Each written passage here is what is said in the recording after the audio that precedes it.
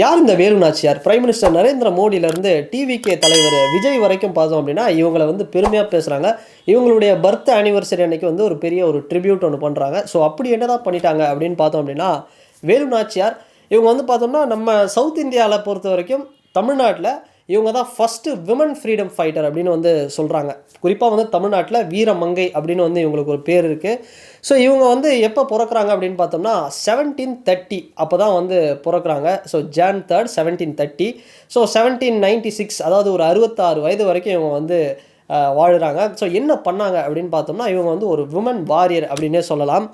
உதாரணத்துக்கு இவங்க குறிப்பிட்ட அதாவது ராமநாதபுரம் எல்லாருக்குமே தெரியும் தமிழ்நாட்டில அது ஒரு டிஸ்ட்ரிக்ட். ஸோ அந்த பகுதியில இருக்கக்கூடிய ஒரு ஒரு இளவரசி அப்படின்னு வந்து சொல்லலாம். ஸோ அந்த அளவுக்கு இவங்களுக்கு வந்து ஒரு பெரிய ஒரு செல்வாக்கு இருக்கு.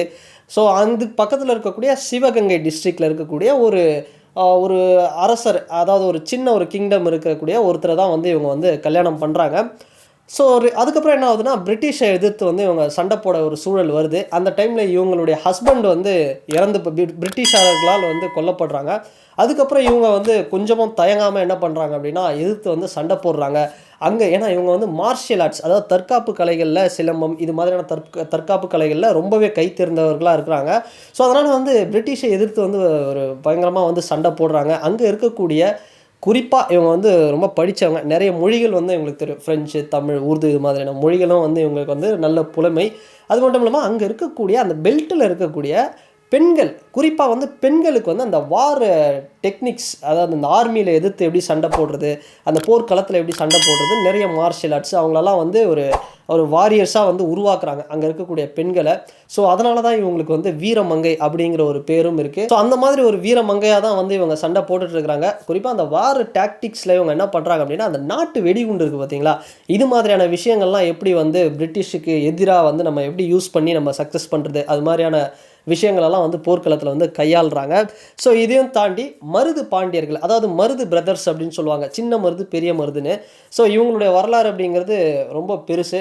ஸோ அப்படிப்பட்ட மருது பிரதர்ஸ் மருது சகோதரர்களுக்கு இவங்க வந்து பார்த்தோம்னா, முக்கியமான ஒரு அட்மினிஸ்ட்ரேஷன் ஸ்டேட்டஸ்லாம் தராங்க. ஸோ அவங்களுடைய பொறுப்புலயும் சில பகுதிகள வந்து கையாளணும், அவங்களும் நிர்வகிக்கணும் அப்படிங்கிற மாதிரி பண்றாங்க.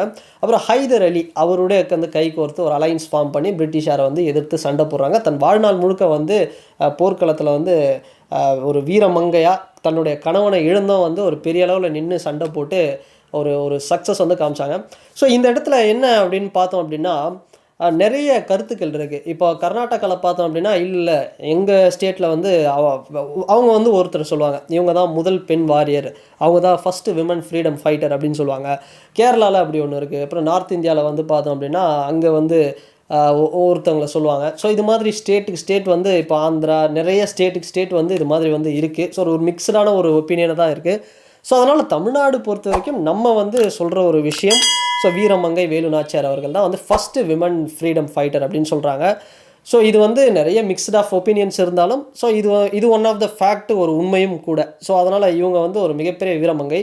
அண்ட் தளபதி விஜய் அவர்கள், அதாவது தமிழக வெற்றி கழகத்துடைய தலைவர், அவருடைய அந்த மாநாட்டிலே பார்த்தோம் அப்படின்னா, அந்த டிவிகேவோட ஃபர்ஸ்ட் மாநாட்டிலே வந்து எங்களுடைய பெண் தலைவர்கள், அதாவது இவங்க தான் கொள்கை தலைவர்களாக நாங்க இந்த 2 பேர வந்து இது பண்றோம் அப்படின்னு அஞ்சலி அம்மாள் அவங்கள பத்தி சொல்லியிருந்தாரு. அப்புறம் வீரமங்கை வேலு நாச்சியார் அவங்களுடைய வீரத்தையும், அவங்களுடைய தியாகத்தையும் வந்து மேடையில வந்து சொல்லியிருந்தாரு.